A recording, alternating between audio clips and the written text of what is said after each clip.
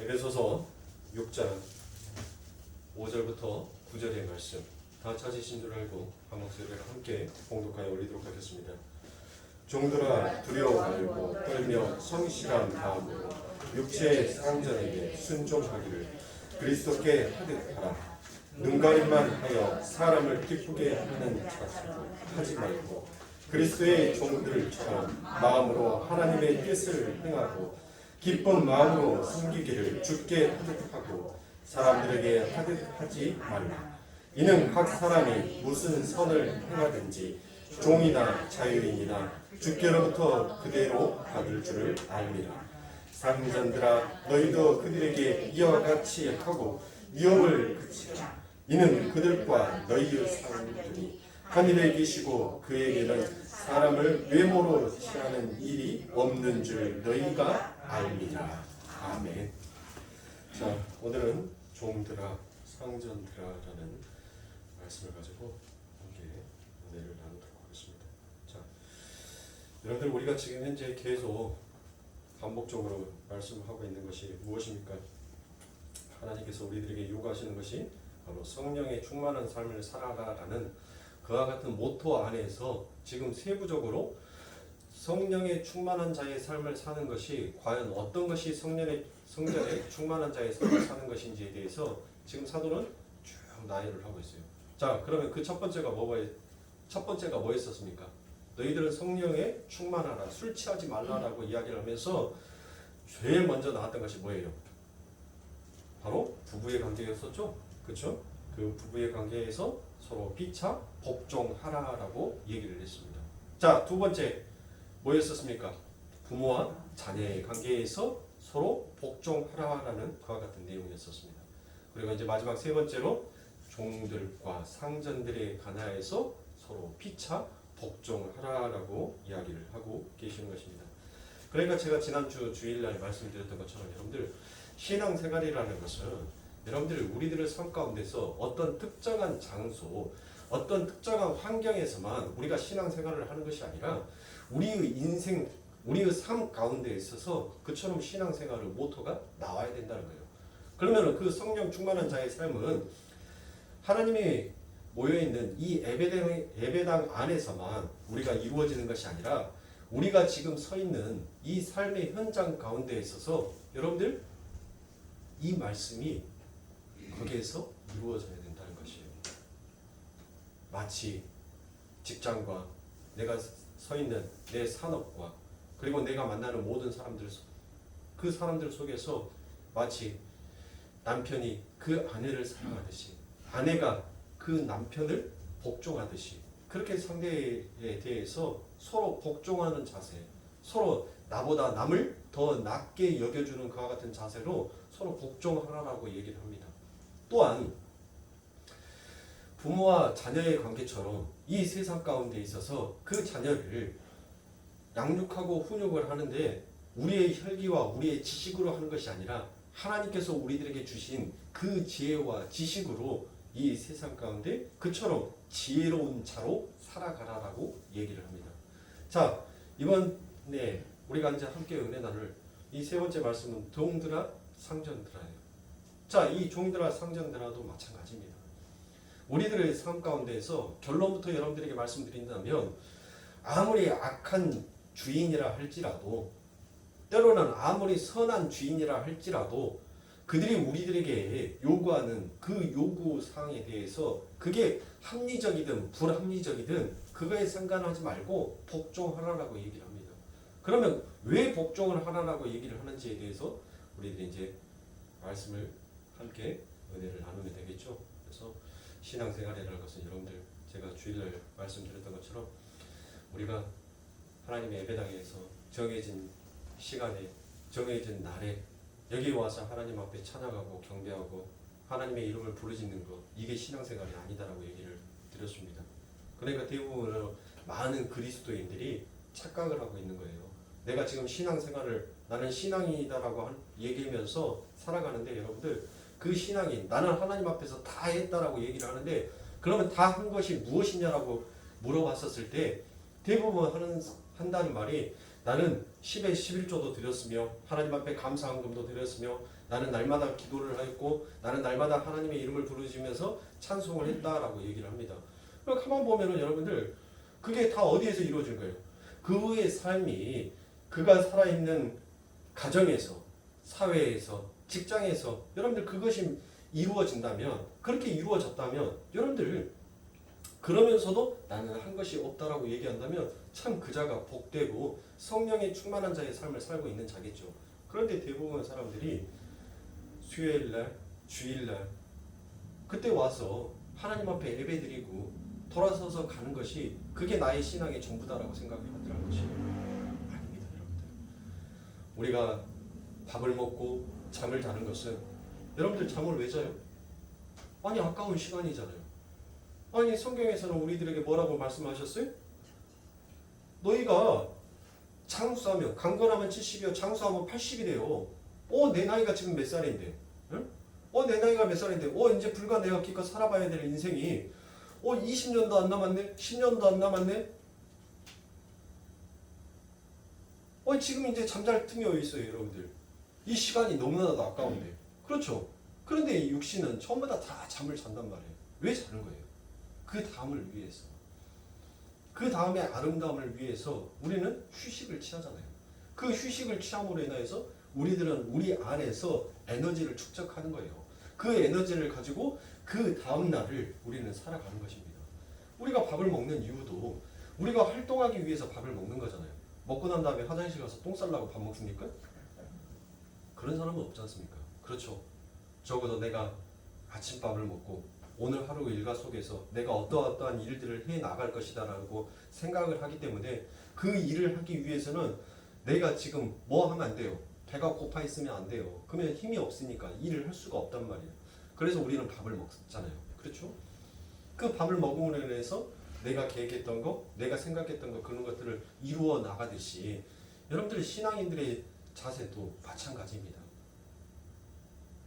하나님 앞에 찬양하고 하나님 앞에 기도하고 성경의 말씀을 읽고 하나님의 예배당에 나와서 정해진 날 하나님 앞에 예배를 드림으로 인하여서 우리들은 이 힘들고 어려운 세상을 극복해 나가고 우리들 안에서 또다시 죽어버린 나의 영혼이 예수 그리스도의 그 부활에 동참케 하여 주심으로 인하여서 다시 죽어버렸던 나의 소망이 산 소망처럼 드러나 살아나갈 수 있는 그와 같은 원동력과 힘을 얻기 때문에 우리들은 지금 이 자리에 세상의 사람들은 우리들보다 그 귀하고 그 아름다운 시간을 너희들은 왜 그렇게 허비를 하고 있니? 라고 참 너희들은 어리석다라고 얘기를 합니다. 그러나 우리는 그게 어리석은 것이 아니에요. 우리의 영혼이 피폐됐고 우리의 영혼이 침체되었고 우리 안에 가지고 있었던 그 살아있는 산 소망이 어느 날 갑자기 세상에 찌들어버린 그 마귀의 공격들로 인하여서 그 소망이 사라져버려요. 그래서 내 삶 가운데 결핍이 찾아오기 시작합니다.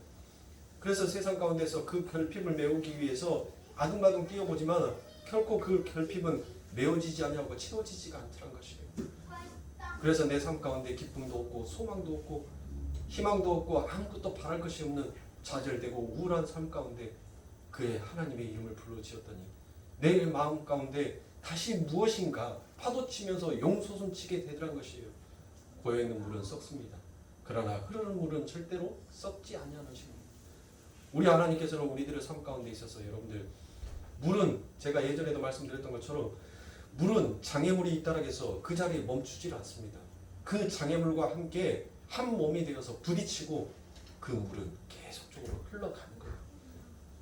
즉 우리가 그 천국을 향하여서 계속 그 생명의 물줄기가 하늘로부터 우리들에게 계속 공급되어지고 그와 같은 에너지와 그와 같은 힘을 얻기 위해서는 우리는 이 육신의 삶이 삼시세끼 밥을 먹고 정한 시간에 잠을 자듯이 우리는 하나님의 이름을 부르짖으면서 이와 같은 산 소망을 갖게 된다는 것입니다. 그래서 여러분들이 신앙생활을 하면서 이와 같이 성령 충만한 자의 삶을 살기 위해서는 반드시 여러분들 안에 요구되고 여러분들이 함께 뛰어야 할 것이 무엇이에요? 그게 말씀과 기도와 찬양인 것이에요. 여러분들 어떻게 밥 먹지 않냐고 힘을 쓸 수가 있어요? 응? 밥을 먹지 아니하고 여러분들 어떻게 예? 내가 어떤 것을 하겠다라고 건강하지 못한 사람이 어떻게 건강한 사람처럼 그렇게 살 수가 있단 말입니다. 성령이 충만한 자의 삶은 곧 우리가 그 하나님을 갈망하고 그 하나님을 찾는 데에서 비롯되는 거예요. 내가 하나님을 얼마나 사모하는지. 그래서 그 사모함을 하나님의 이름을 부르짖으면서 기도하는 것으로 하나님을 찬양함으로써 하나님의 말씀을 묵상함으로 인하여서 나의 죄되고 낙심되고 우울되었던 그 마음을 기쁨과 충만으로 희열로 바꾸는 것이 바로 우리가 생활하고 있는 신앙의 모토인 것입니다. 그러니까 사랑하는 성도님들, 여러분들이 내가 지금 하고 있는 모든 것들이 전부 다 나는 다 했다라고 여기지 마십시오. 지금 그것은 더 큰 거룩을 향하여서 우리가 달려가는 하나의 추진체와 같은 것입니다. 자, 그럼 마지막으로 종들과 상전의 관계에 요구되는 성령 충만한 삶은 어떤 것이 있는지에 대해서 함께 살펴보도록 하겠습니다. 에베소서 6장 5절입니다. 종들아 두려워하고 떨며 성실한 마음으로 육체의 상전에게 순종하기를 그리스도께 하듯 하라라고 얘기합니다. 자, 종들아 상전들에게 순종하기를 누구에게 하라라고 얘기하죠? 주께 하듯 하라라고 이야기를 합니다. 여기서 종이라는 것은 헬라어로 둘루스입니다. 둘로스가 헬라어로 종입니다. 그런데 이 헬라어에서 여기에서 둘로스 종이라는 것은 어떤 의미를 갖고 있냐면 노예의 의미를 가지고 있어요. 노예. 그러니까 이 노예의 의미를 가지고 있는 이것을 그냥 단순히 종이라고 얘기를 해버리면 여러분들 썰버트로 되어 있는 이 썰버트라는 것은 바로 하인이라는 뜻이에요. 하인. 그러니까 이 노예와 하인은 차이가 있는 거예요. 그러니까 단순히 종으로 써져 있는 것은 여러분들 지금 그 하인이 아니라 지금 여기에서 쓰여 있는 둘로스는 바로 슬레이브, 바로 노예라는 뜻이에요. 노예. 그 노예라는 의미에서 종이다라는 것을 지금 사도가 이야기하고 있습니다. 그러니까 사도 바울은 지금 무엇을 얘기하냐면 노예들아, 노예 제도가 이것은 잘못됐잖아요. 하나님 앞에서 다 평등하다며. 그런데 이것은 지금 잘못되어 있는 제도니까 야 너희들아 이제 일어서자. 그래서 이 노예 제도를 폐지시키자. 너희들을 노예처럼 부리는 저 상전들을 이제 한번 탄압해버리자. 응? 그래서 세상을 한번 바꾸고 변혁시켜보자라고 사도는 그와 같은 얘기로 하지 않았습니다. 오히려 사도는 그 노예들에게 종에게 순종하라라고 이처럼 얘기를 하면서 마치 세상의 사람들에게 그 노예 제도가 인정하는 것처럼 그렇게 사도 바울이 비춰졌을 거예요. 그렇죠. 지금 하나님의 사도가 안 그래도 그 고대 시대에 이 사도가 살아왔던 이 초대교회 시대에는 노예의 제도를 인정했단 말이에요. 그런데 하나님의 사자다라고 하는 자가 지금 그 노예들에게 뭐라고 얘기를 하고 있어요? 노예들아, 네 주인에게 순종하기를 주께 하라라고 얘기를 한단 말이에요. 그러니까 노예들이 이 이야기를 들으면 뭐예요? 도끼니 개끼니구나. 그놈이구나. 그렇게 생각을 했을 거 아닙니까? 마치 노예 제도를 인정하는 것처럼 보이니까. 자, 여러분들, 그러니까 이 해방 신학이나 민중 신학을 가지고 있는 사람들은 지금 바울이 이와 같은 얘기를 하는 것에 대해서 굉장히 뭐를 하고 있어요? 반감을 들고 있는 거예요. 인정하지 않냐는 것입니다. 여러분들 빌레몬서가 어떻게 해서 쓰여진 책인지 아시죠? 빌레몬서가 어떻게 해서 기록되어 있는 책인지, 그 빌레몬서의 내용이 무엇인지 여러분들 빌레몬서를 읽어보셨으면 다 아시다시피 빌레몬서에 대해서는 뭐에 대해서 쓰여진 거예요?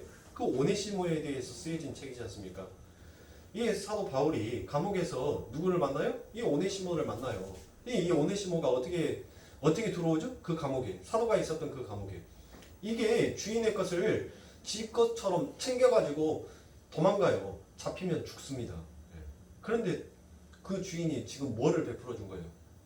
선을 베풀어 줬잖아요. 살려줬으니까 일단은 그 주인에는 생사 여타권을 전부 다 갖고 있단 말이에요. 그 노예에 대해서 그 자리에서 직결 심판을 할 수도 있는데 이 오네시모를 사도 바울이 있는 그 감옥에 보냈어요. 그리고 난 다음에 그 사도 바울이 편지를 씁니다. 누구에게? 필레몬. 이 오네시모 주인에게 편지를 써요. 야, 내가 다 배상해 줄게. 얘가 지금 너한테 빚졌던 거 내가 전부 다 배상해 줄게. 그리고 난 다음에 그 서신서를 쓰면서 이 오네시모에게 뭐라고 합니까? 이제 주인에게 가면 뭐 해요? 죽을지 살지도 몰라요. 그런데 그 주인에게 가라라고 얘기를 합니다. 여러분들 이게 말이 되냐고요. 그런데 하나님은 그 일을 그렇게 시키셔요. 자, 여러분들 이 사도가 살아왔던 때는 지금 사도는 어디의 사람이고 어디의 사람이라 했죠? 자기를 로마의 사람이다라고 얘기하면서 자기를 또 유대인이다라고 또 그렇게 얘기를 했어요. 그러면 이 사도가 지금 하나님의 복음을 들고 로마에 갔었을 때는 그때 당시에 황제가 누구였냐면 네로였어요. 네로는 기독교를 굉장히 탄압했던 황제였었습니다. 그런데 이 로마서에 가면은 여러분들 이 폭군인 이 네로가 기독교를 탄압하고 기독교인들을 예수를 믿는다라고 하면 여러분들 얼마나 처참하게 죽였냐면 여러분들 사람을 기름에다 튀겨서 죽였어요. 그 정도로 여러분들 이 네로가 광적인 미친 사람이에요. 미친 사람. 이게 악의 극을 보여준 사람이다라고 여러분들 생각하시면 돼요. 이거는 역사에 나와 있습니다. 역사에 교회 성경에 기록되어 있지 않지만 우리가 이제 초대교회사나 역사서에 보면은 이 네로가 저질렀던 만행이 기독교인들에게 해놨던 만행이 얼마나 잔인했는지 여러분들 적어져 있어요. 그런데 사도가 그런 광기 있고 그런 미친 그렇게 기독교를 탄압하는 그 로마에게 뭐라고 얘기합니까? 그 네로가 너희들에게 무슨 말을 하든지 간에 너희들은 뭐 하라? 복종하라라고 얘기합니다. 복종하라라고 얘기해요. 이거 참. 그런데 거기에다가 여러분들 한술 더 떠요. 이 사도가. 뭐라고 해요? 야, 네로가 너희들한테 세금을 요구하면 그 세금도 갖다 바쳐라라고 얘기를 합니다. 아니 왜 하나님의 백성들에게 지금 하나님을 믿는다는 이유 하나만으로 탄압하고 억압하고 그하는 그들에게 우리가 세금을 안 내더라도 그들은 잘 먹고 잘 살아요. 지금 로마는. 그런데 오히려 그들에게 세를 바치라는 이런 불합리한 것에 하나님께서는 복종하라라고 얘기를 하고 있습니다. 왜 그러신 겁니까? 로마서 13장 1절부터 7절입니다. 각 사람은 위에 있는 권세들에게 굴복하라. 권세나 하나님께로 나지 않음이 없나니 모든 권세는 다 하나님의 정하신 바라. 그러므로 권세를 거스리는 자는 하나님의 명을 거스림이니 거스린 자들은 심판을 자취하리라. 게다가 바울은 그 네로에게 세금도 꼬박꼬박 내라라고 이어서 얘기합니다. 가는들은 선한 일에 대하여 두려움이 되지 않고 악한 일에 대하여 되나니 내가 권세를 두려워하지 아니하려느냐. 선을 행하라. 그리하면 그에게 칭찬을 받으리라. 그나 하나님의 사자가 되어 내겐 선을 이루는 자니라. 그러나 내가 악을 행하거든 두려워하라. 그가 공연히 칼을 가지지 아니하였으니 곧 하나님의 사자가 되어 악을 행하는 자에게 진노하심을 위하여 보응하는 자니라. 그러므로 굴복하지 아니할 수 없으니 노를 인하여만 할 것이 아니요 또한 양심을 인하여 할 것이라. 너희가 공세를 바치는 것도 이를 인함이라. 저희가 하나님의 일꾼이 되어 바로 이 일에 항상 힘쓰느니라. 모든 자에게 줄 것을 주되 공세를 받을 자에게는 공세를 바치고 국세를 받을 자에게는 국세를 바치고 두려워할 자를 두려워하며 존경할 자를 존경하라라고 얘기합니다. 자, 여러분들 보세요. 지금 하나님께서 말도 안 되는 일을 여러분들 우리의 생각에, 우리의 눈에, 우리의 가치와 우리의 이성의 판단으로서 놓고 보면, 우리의 선악의 구조를 놓고 보면 지금 하나님께서 우리들에게 말도 안 되는 일을 시키고 있어요. 말도 안 되는 일을. 그렇지 않아요? 그런데 이 모든 일들을 누가 했다는 거예요? 지금 로마 네로에게 그 권세를 준 것도 누가 주셨다는 거예요? 하나님께서 주셨다는 거예요. 그 명령에 복종할 수 있게끔 하나님의 백성들에게 지금 그 능력을 하나님께서 지금 주고 계신다는 거예요. 주고. 예? 자, 그러니까 여러분들 그 권세가 악한 권세이든 선한 권세이든 너희는 그 권세에 일단 복종하라라고 얘기합니다. 그러면 그 복종하는 이유가 무엇이에요? 여러분들 이런 불합리한 이런 합리적이 못하는 것을 보면서 여러분들은 하나님을 원망하는 것이 아니라 여러분들은 무엇을 배우셔야 되냐면 이 세상은 정말 상종할 수 없는 세상이구나. 왜 우리 하나님께서 정말 선하신 하나님이시며 우리에게 베풀어 주신 그 긍휼이 그 착한 일이 무엇이었는지 우리 하나님이 우리들에게 자유인이라는 그 자유를 주셨던 그 자유가 무엇인지를 여러분들 뼈저리게끔 느끼게끔 하기 위해서 하나님께서는 이 세상에 불합리한 그 악한 권세에게도 하나님께서 복종하라라고 얘기를 하신 것입니다. 자, 그러면 이 이야기를 사도 바울만 얘기했어요? 우리 예수님은 얘기 안 하셨습니까? 우리 예수님도 얘기하셨죠? 어디에서요? 가버나움에서 베드로에게 지금 성전세를 받는 사람이 뭐 합니까? 야, 네 선생은 성전세 안 내냐라고 얘기합니다. 그렇죠? 그러니까 베드로가 뭐라 해요? 낸다 하고 집에 가버려요. 맞죠? 예. 마태복음 17장 24절부터 27절입니다.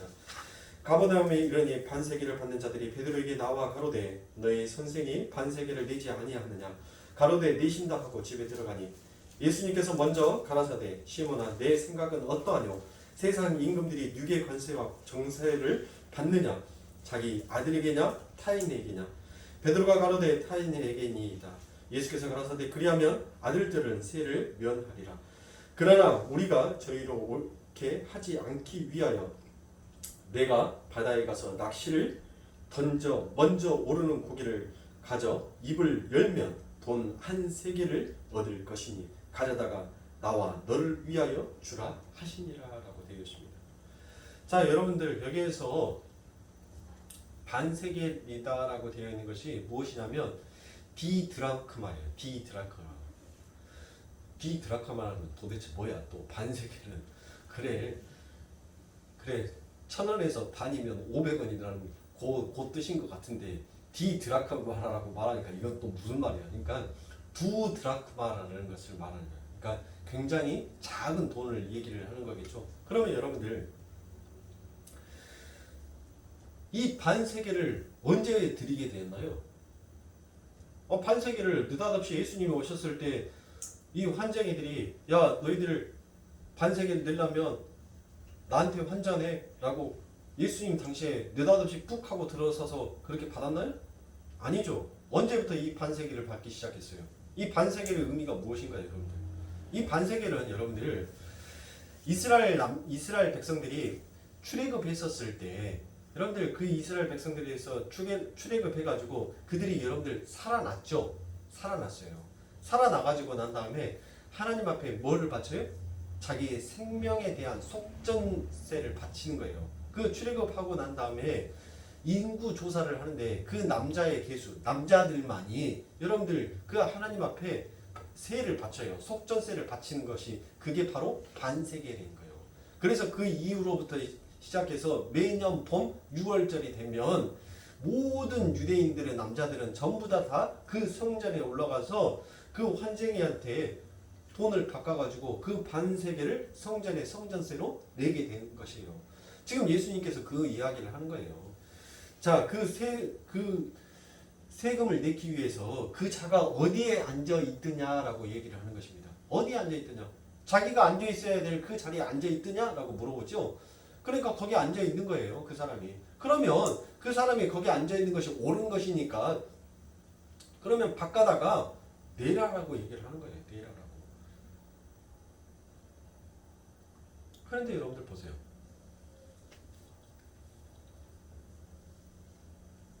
왜 우리 예수님께서도 지금 당신이 어떠한 자이다라는 것을 제자들에게 어필하죠? 응? 뭘로써 어필을 했어요? 야, 임금이 성전세를 받는데 자기 아들에게 받느냐 아니면 타인에게 받느냐라고 묻죠. 그러니까 베드로가 뭐라고요? 타인에게 받는다라고 얘기를 합니다. 즉 예수님께서 그 성전의 주인은 누구다는 거예요? 나다는 거예요. 나. 그러니까 우리 하나님께서 나에게 세금을 받지 아니하신다라는 거예요. 왜? 나는 그의 아들이니까. 그렇지만 세상의 사람들이 그것을 보고 오해할 수 있으니까 그게 아무리 불합리한 거라 한다 할지라도 거기에다 갖다가 내라라고 베드로에게 시키는 것이에요. 여러분들. 자, 여러분들 우리 예수님께서는 또 마태복음 5장 41절에 보면 또 누구든지 너로 억지로 오리를 가게 하거든 그 사람과 심리를 동행하고라고 되어 있습니다. 여러분들 이 로마 시대에서는 이 노예들에게 대해서 참 신사적인 나라였었어요. 이 로마가. 그래서 이 오리라고 되어 있는 것은 무엇이냐면 이 로마가 이 노예들에게 노역을 시키는데 그들을 쇠사슬로 묶고 난 다음에 그 노역장까지 데리고 가는데 어디까지는 갈 수 있어요? 오리까지는 가는 것이 법으로 정해져 있어요. 합리적이에요. 오리까지 데리고 가서 거기에서 노역을 시키는 것은 그거는 합리적인 거예요. 로마 법에 의해서. 그런데 심리를 가자라고 얘기를 하는 것은 뭐예요? 지금 오리를 벗어났잖아요. 오리를 벗어나면 법을 벗어나는 거니까 그 노역을 하는 자들이 그 법을 지키도 되고 안 지켜도 되는 거예요. 그런데 우리 예수님께서는 지금 뭐라고 얘기하세요? 누가 너희에게 오리를 가고자 하는 자가 있다면 심리까지 가라라고 얘기를 하는 것이에요. 자, 이 말씀도 여러분들 아니 오리까지 가라겠으면 오리까지만 가면 되지 무슨 또 거기에서 심리까지 갑니까? 어차피 그것은 법으로 해도 되고 안 해도 되는 일인데 라고 여러분들 생각하실지 모르겠지만 우리 주님께서는 지금 그 불합리한 복종을 통하여서 지금 무엇을 배울 수 있다는 것이에요. 너희들이 그 불합리한 것 속에서 무엇인가 너희들에게 가르치고 너희들이 배워야 할 것이 있으니까 그곳에 복종하라라고 얘기를 하는 것입니다.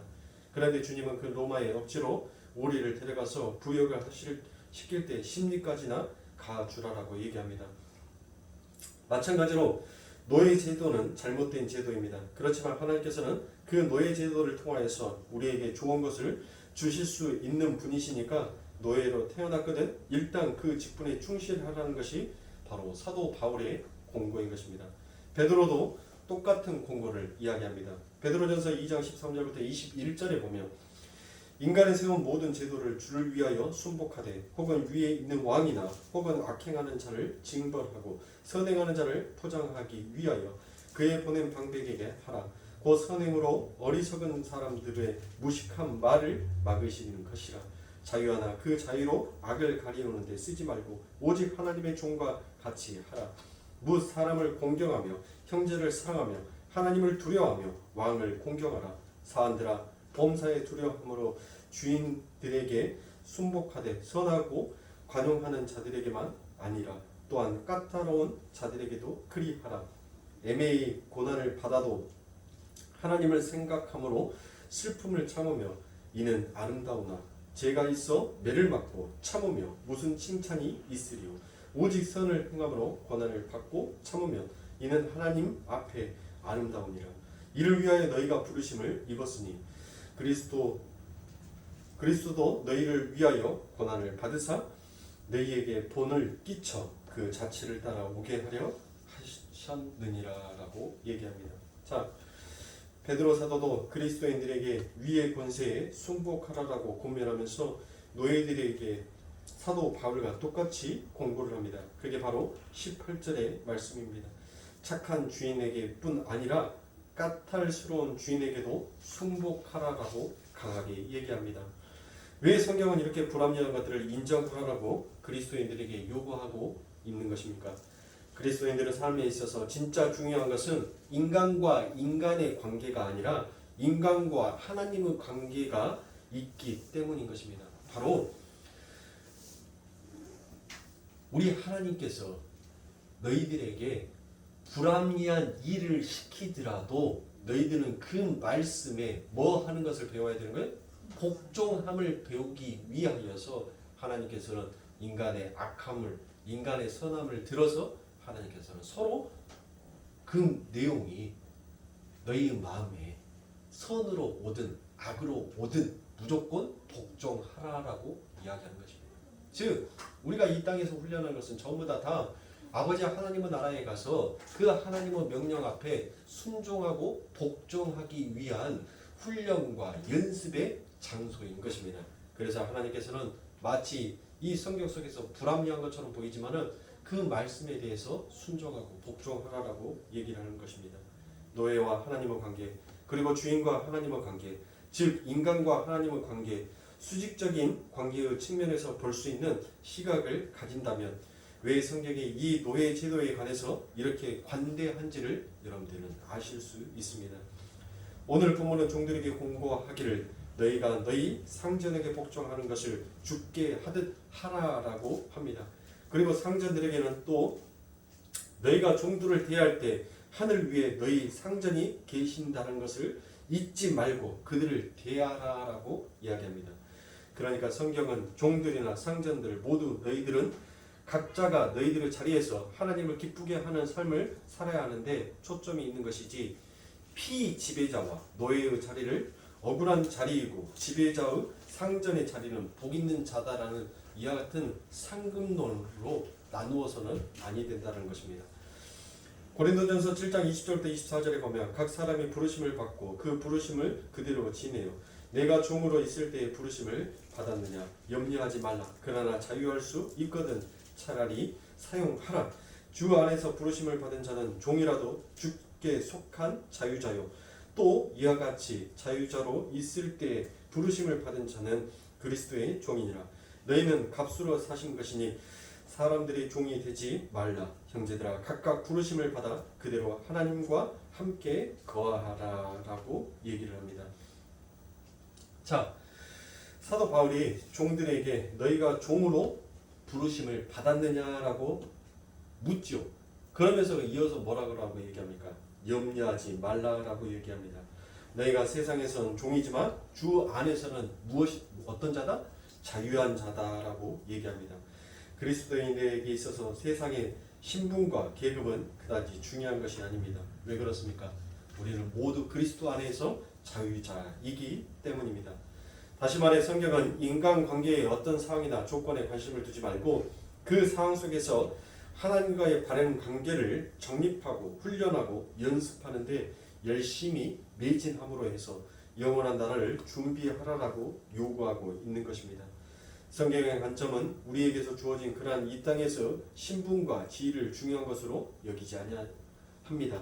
그냥 맡겨진 그 직분에서 열심히 주님이 원하시는 대로 주께 충성하다 보면 우리는 우리의 목표 지점인 그리스도의 장성한 분량에 자라나고 성장할 수 있다라는 것을 지금 성경은 마치 불합리한 요구에 복종하고 그것이 선이고 그것이 옳음인 것처럼 이야기를 하고 있는 것입니다.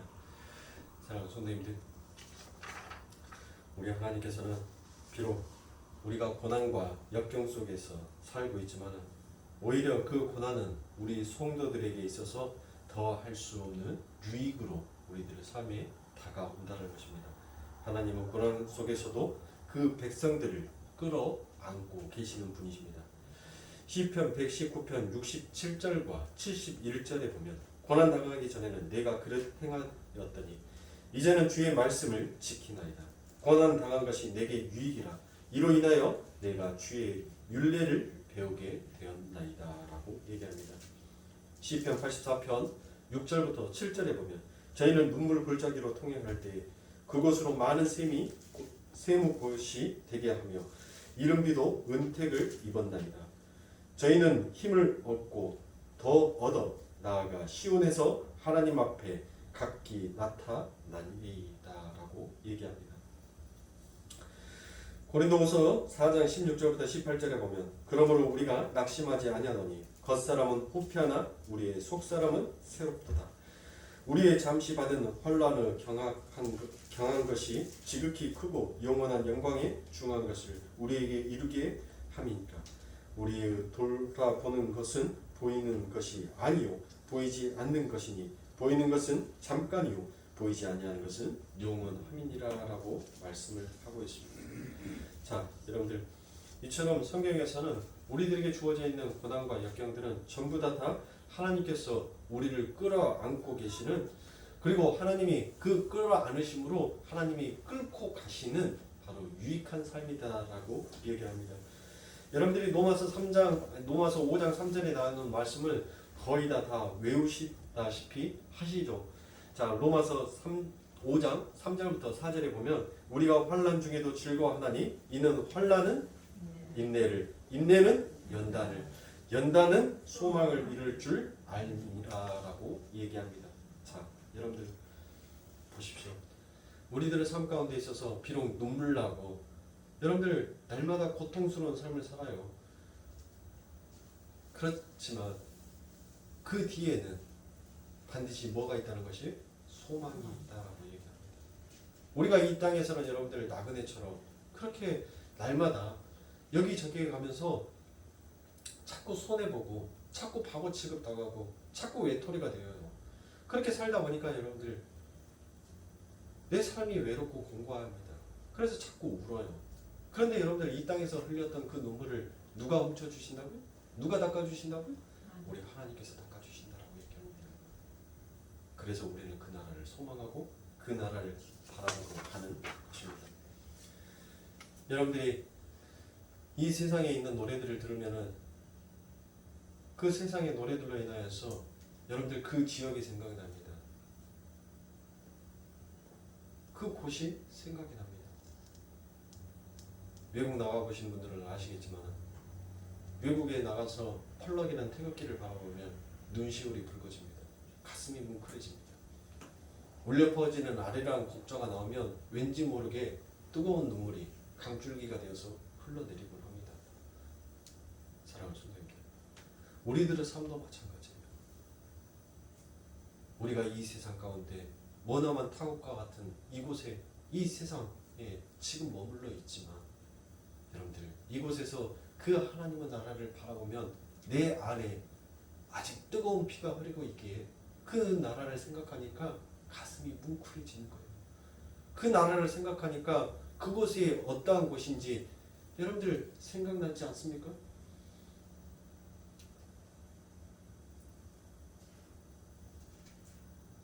나의 살던 고향은 꽃피는 산골. 여러분들 각자 태어난 그 고장들, 그 지역들이 있어요. 여러분들의 어린 시절들이 있습니다. 그곳에서 뛰어놀았었을 때 내 동네에서는 무엇이 피어 있었고 무엇이 있었으며 나의 동무들과 어떻게 함께 뛰어놀았다는 것들이 여러분들이 회상이 되실 것입니다. 여러분들 하나님의 나라, 하나님의 말씀을 묵상할 때 우리의 육은 아버지 하나님의 나라를 가본 적이 없어요. 그러나 내 영은 아버지 하나님은 그 묵시의 세계에 있어 이 땅에 잠시 내려와 있기 때문에 우리는 그 나라를 회상할 수 있고 그 나라를 만져볼 수 있어요. 나는 아직 가보지 않았지만 성경의 말씀을 보고 여러분들 그 성경의 말씀 속에서 천국은 이런 곳이다라는 것을 우리의 마음속에서 그려내듯이 사랑하는 성도님들, 우리는 이 땅에서 비록 환난과 연단을 당하지만 여러분들 그 연단과 환난 속에서 우리는 소망마저도 잃어버리는 자가 아니라 우리는 그 소망을 품고 가는 자인 것입니다. 그래서 날마다 우리가 걸어가는 그 십자가의 길은 외롭고 힘들고 고달픈 길이에요. 그렇지만 그 길이 영생에 이르는 복된 길이라는 것입니다. 세상은 힘 있는 자의 말에 복종하기를 원합니다.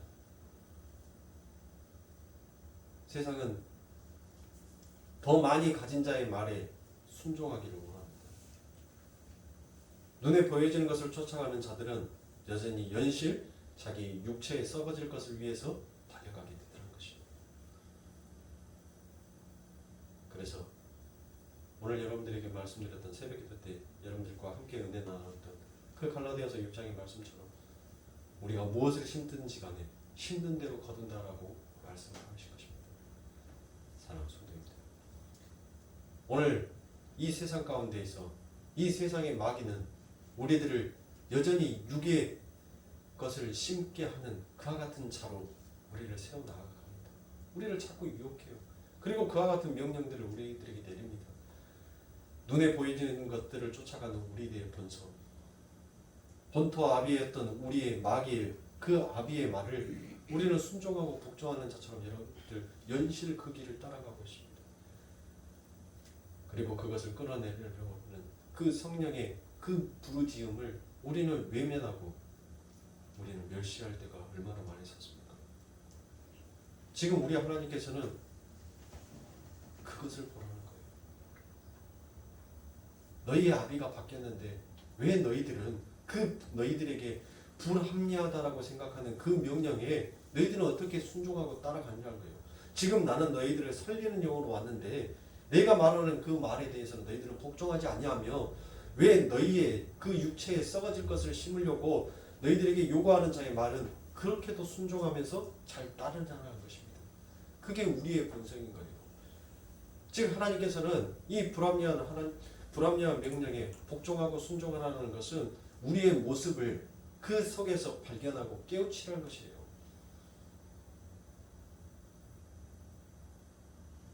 여러분들과 저를 놓고 보십시오.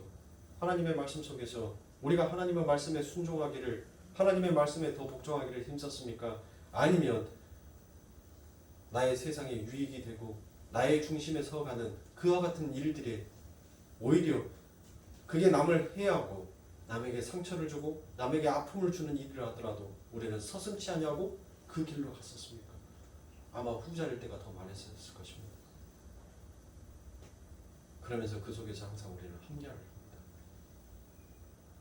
그리고 성경의 말씀을 가져다가 여러분들 그 말씀에 더욱더 합리화를 시켜서 하나님 앞에 오히려 변론을 하더란 것입니다. 사랑하는 성도님들, 하나님께서 지금 그와 같은 말씀으로 얘기하는 것이 아니에요. 우리들의 참 모습을 발견하는 것이에요. 우리들의 진짜의 모습을 주의 말씀 가운데 비춰서 보라는 것입니다. 그래서 사도가 죽게 하듯이더라라는 반드시 그 뒤에 전제를 거기 뒤에 붙여놓은 것입니다. 내 마음대로 하는 것이 아니에요. 죽게 하듯 하라라고 얘기를 하는 것입니다. 그러면 우리 주님께서 이 땅에 오셔서 무슨 일을 하다 가셨습니까? 오직 하나님의 말씀 앞에 죽기까지 복종하며 순종하면서 그 길을 가셨습니다. 그러면 그 길은 어떤 길이에요? 바로 영생의 길 아닙니까? 즉 우리들도 우리 주님 닮아가는 그와 같은 자의 삶을 살아야 하는 자인 것입니다. 사랑하는 성도님들, 여러분들의 삶 가운데 있어서 하나님의 말씀 앞에 복종하고 순종하는 것이 결코 우리들은 쉬운 마음이 아니에요. 그게 하루아침에 만들어지는 것도 아닙니다. 그래서 누가 우리들과 함께하여 주신 거예요? 성령이 우리와 함께하여 주신 것입니다. 나는 할 수는 없지만 그 성령이 그 하나님의 말씀 앞에 죽기까지 순종하고 복종하시면서 우리를 끌고 가고 계시는 거예요. 그러니까 우리들에게 자꾸 싸움이 일어나는 것은 바로 나의 육적 자아가 죽지 못한 것입니다. 세상에 대한 나의 욕망이 죽지 아니하니까 자꾸 하나님과 대적이 되어서 싸워가는 것이에요. 그러니까 그거의 환란과 연단으로 우리들 삶 가운데 나타나는 것입니다. 사랑하는 성도님들, 오직 주의 길, 오직 그 한 길을 걸어가는 데 있어서는 여러분들 다른 거 할 것이 없어요. 내 삶의 전부, 일부에, 내 삶의 전체에 있어서 우리는 예수의 이름만 부르짖고 가면 되는 것이에요. 직장에서든 가정에서든 내가 길을 걷다가도 내가 운전을 하더라도 여러분들 날마다 주의 이름을 부르짖으면서 여러분들 하나님 도와주세요라고 외치는 자가 곧 죽게 복종하듯 주의 그 길을 걸어가는 자의 삶인 것입니다. 우리 하나님께서 우리들에게 대단한 거 요구한 거 없습니다. 그냥 너는 내 명령에 순종하고 복종해. 그걸 우리들에게 훈련시키는 것입니다. 사랑하는 성도님들, 그와 같은 복종과 순종의 삶 가운데 있어서 정말 아버지 하나님께서 바라는 성령 충만한 자, 그래서 성령이 9가지의 열매를 맺을 수 있는 그와 같은 여러분들의 삶이 되시길 주님의 이름으로 축원합니다.